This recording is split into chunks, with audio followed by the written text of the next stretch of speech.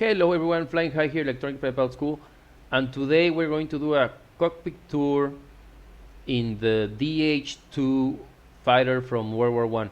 The DH-2 was actually the first English World War One fighter to have a forward-firing machine gun, or the first effective one to mount a forward-firing machine gun.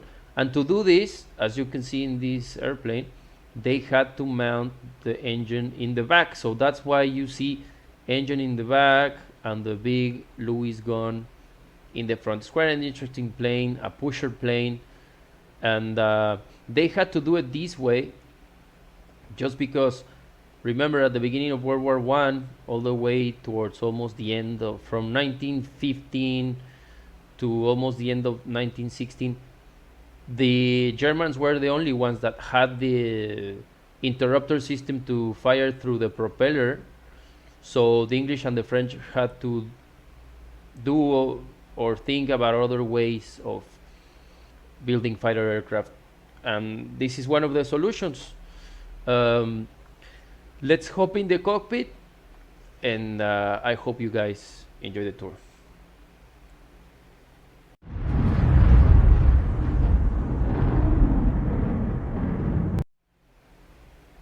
All right, so we are in the cockpit of the DH-2, and first thing you see, of course, first thing you would see here is that big Lewis gun in front of you, right?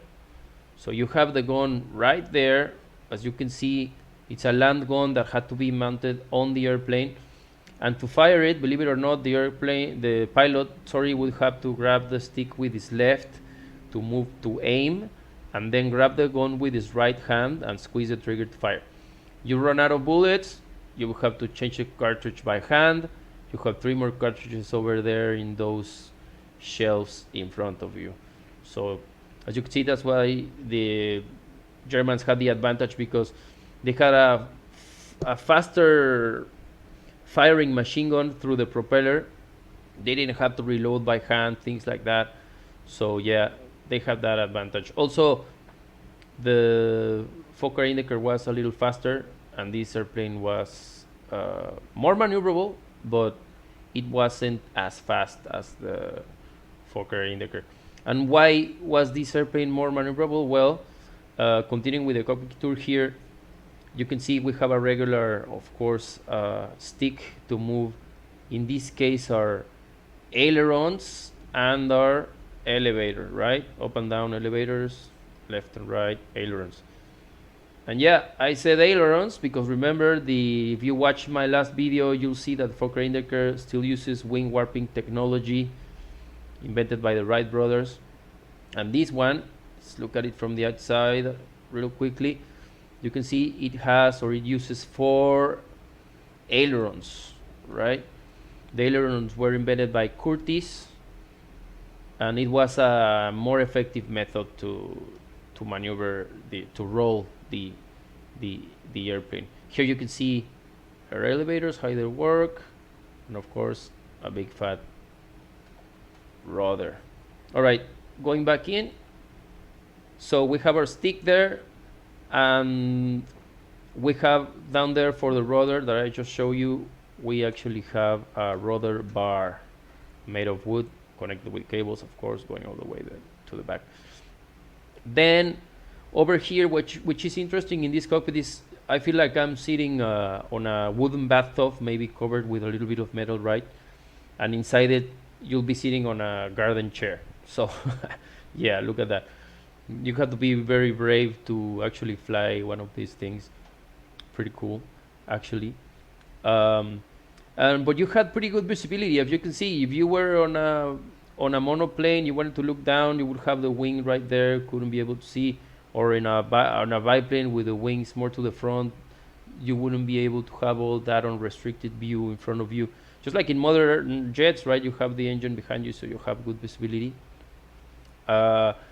So now going through the gauges here from left to right,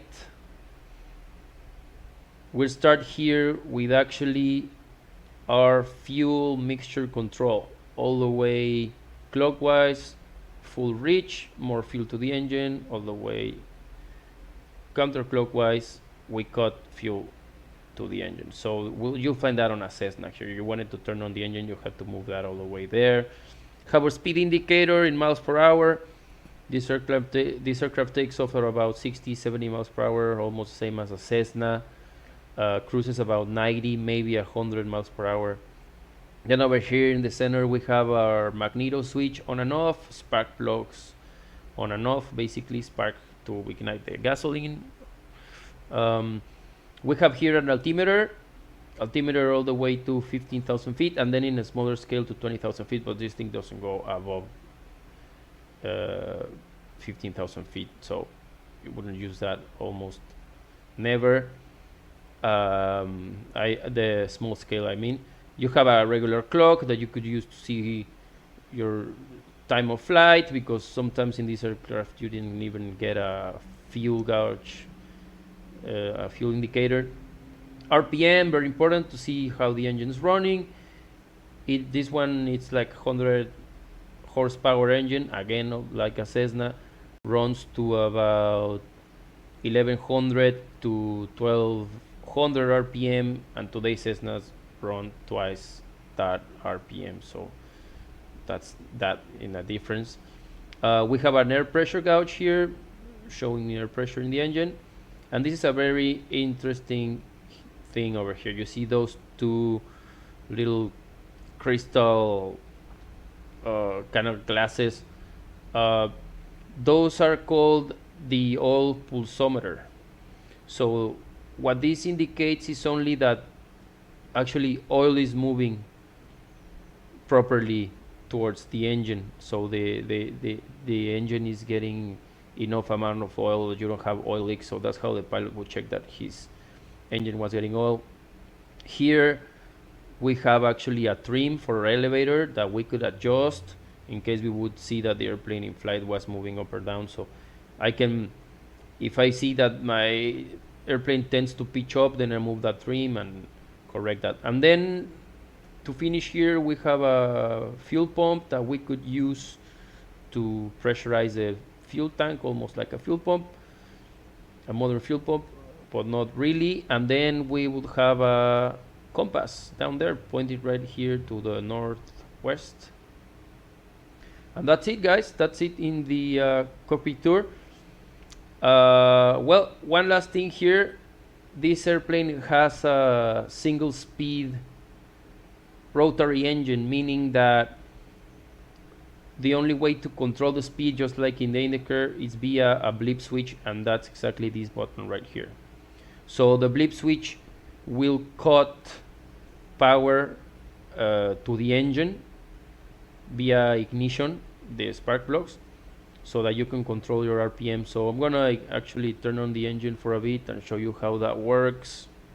So to turn on the engine, I would move my mixture all the way reach, have my magnetos off. I will have my ground crew crank the propeller a little bit. See, they start to move that, and then should put up the magneto and it should start to run. There it is. See, I'm already using the blip switch to control my RPM and not move too fast. See my pulsometer jumping there, that oil is moving, that's good. So if I wanted to taxi over here slowly, I would use that. If I wanted to take off, I would just release the blip switch and it'll give me full power. So let's kind of move around here. If I wanted to park over here, per se, behind these tents maybe, I'm using of course my rudder to move. I would just cut my fuel, and then remember these airplanes don't have brakes, so only dragging the tail on the grass would make you stop. And that's it. Turn off the magneto here, and that's it, guys. That's the cockpit tour. I hope you guys enjoyed it, and I'll see you in the next video. Thanks for watching.